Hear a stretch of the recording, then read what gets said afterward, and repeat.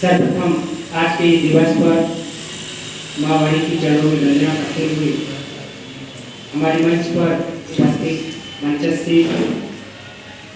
हम सबके लिए गुरुजमान हैं और जिनकी प्रेरणा और आशीर्वाद इस पुस्तक के लिए हमें प्राप्त हुआ है। आदरणीय राम नरेश सिंह मंजू जी, इनकी विनम्रता और इनका उत्साहवर्धन इस पुस्तक के लिए बहुत ही महत्वपूर्ण रहा है। सबसे पहले मैं उन्हें नमन करता हूँ, अपनी विनम्र श्रद्धा अर्पित करता हूँ।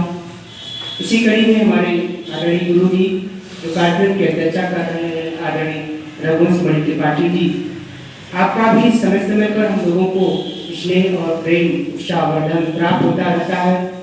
आज के इस दिवस पर आपने अमूल्य समय देकर के जो हमारा उत्साहवर्धन किया है, हमारा मान बढ़ाया है, उसके लिए हम आपको नमन करते हैं, आपको विनम्र श्रद्धा आपके चरणों में अर्पित करते हैं। इसी के साथ ही साथ हमारे आज के इस कार्यक्रम में विशिष्ट अतिथि के रूप में हम सबके संरक्षक हैं और अनवरत साहित्य के लिए बस्ती जनपद के जो साहित्यकार हैं उनका उत्साहवर्धन करते हैं और अपना जो एक कुटिया है, चैम्बर है, ये साहब के सामने वो अनवरत साहित्यकारों के लिए समर्पित है। ऐसे जो है साहित्य संरक्षक आदरणीय प्रकाश शर्मा जी, मैं आज के इस अवसर पर आपको भी नमन करता हूँ और आपको प्रणाम करता हूँ। पुस्तक के बारे में अभी भैया जी ने बताया, कार्यक्रम का संचालन कर रहे हैं आदरणीय विनोद उपाध्याय जी। इस पुस्तक के प्रकाशन में आपकी बहुत बड़ी भूमिका है और आपका उत्साहवर्धन है। मैं आपको भी आज के इस अवसर पर नमन करता हूँ। साथ ही साथ और भी सहयोगी साथी हमारे हैं जो ये पुस्तक का ऊपर का कवर है, इस कवर के लिए भी बहुत बड़ी भूमिका हमारे बैठे हुए भाई बस्ती जनपद के सशक्त रचनाकार हैं, निसर्गकार हैं भाई सुशील सिंह पथिक जी, और हमारे बीच उपस्थित नहीं है हमारे मित्र डॉक्टर राजेश कुमार जी, पत्रकारों से फैजाबाद में आ नहीं पाए हैं। उनकी बहुत बड़ी भूमिकाएं रही हैं, उन्होंने भी काफ़ी हद तक इसमें सहयोग किया है। आपको भी मैं धन्यवाद देता हूँ। भाई जी श्रीवास्तव जी हैं। इसी के साथ हमारी बस्ती जनपद के जो भी रचनाकार हैं जिनके बीच इस पुस्तक के अधिकांश कुंडलियाँ छंदों को प्रस्तुत किया जा गया है, हमेशा उत्साहवर्धन देते रहे। और सभी को आज के दिवस पर सभी को नमन करता हूँ और सभी को धन्यवाद ज्ञापित करता हूँ। साथ ही साथ हमारे आज के इस दिवस में अपनी गरिमामयी उपस्थिति से हमारा सम्मान बढ़ाने के लिए हमारे बीच बैठे हुए विभिन्न विद्यालयों के प्रधानाचार्य हैं, शिक्षक बंधु हैं, हमारे जो कविगण मित्र हैं, उन सभी लोगों का मैं एक साथ सबका स्वागत करता हूँ, सबका अभिनंदन करता हूँ और सभी को करता हूँ। आप आज के इस ठंडक के मौसम में भी उपस्थित होकर के आपने हमारा मान बढ़ाया है, तो इसके लिए मैं पुनः एक बार आप सबका आभार व्यक्त करता हूँ। कहते हैं कि जब कोई काम आदमी करता है तो उसमें बड़ों का बहुत बड़ा योगदान होता है और हमारे सभी बड़े भैया लोग यहाँ बैठे हुए हैं। सबसे बड़े भाई साहब हमारे श्री योगेश सिंह जी हैं, बैठे हुए हैं। मैं आज के दिवस पर उनको भी नमन करता हूँ, प्रणाम करता हूँ।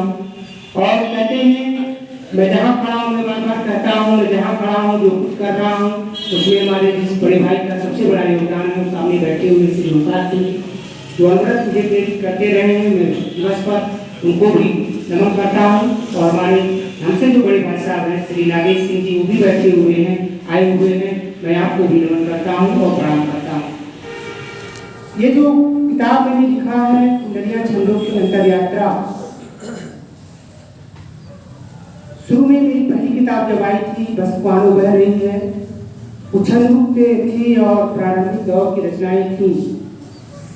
जब मैंने छंदों में लिखना प्रारंभ किया तो मैंने देखा कि जो बात हम कहना चाह रहे हैं, हालांकि शुरुआत में बहुत दिक्कत महसूस हुई कि अपनी बात को किसी छंदों में पिरोना और अपनी बात को कह ले जाना ये बहुत आसान नहीं था।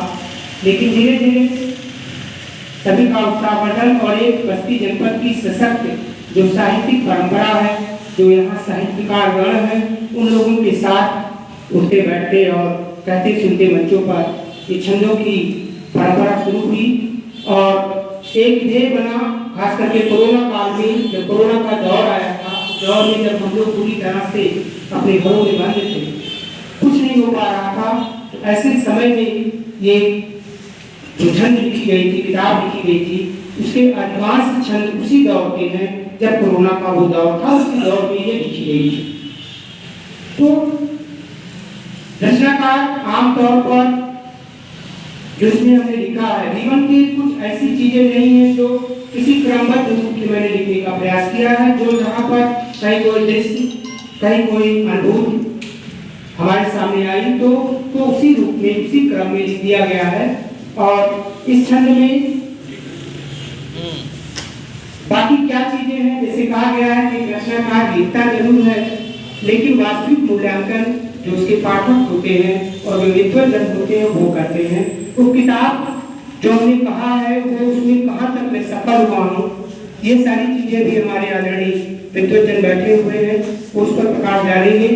और एक निवेदन जरूर मैं करना चाहूँगा आप सभी लोगों से कि रचनाकार जो लिखता है, जो भावभूमि होती है, जो अनुभूति होती है, वो अपनी तरीके से व्यक्त करने की कोशिश करता है। समाज उसके सामने होता है। हमारा मानना है कि ये रचनाकार अपने समाज को ही देखता है और समाज को ही किसी न किसी रूपों में शब्दबद्ध करने की कोशिश करता है, जो मैंने इस कृति में भी वही करने का एक प्रयास किया है। सफलता कहाँ तक मिली हुई है ये सब आप लोगों को निर्णय करना है।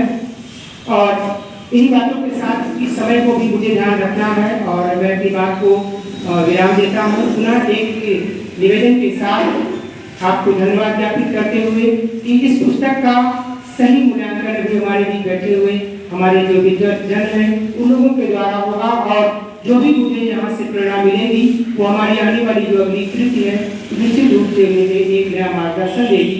और इन्हीं बातों के साथ मैं अपनी बात खत्म करता हूँ और एक बार पुनः आप सबके प्रति आभार व्यक्त करता हूँ, धन्यवाद ज्ञापित करता हूँ। बहुत बहुत धन्यवाद। हमारे बीच में हरकेश प्रजापति जी, उनका मैं स्वागत करता हूँ।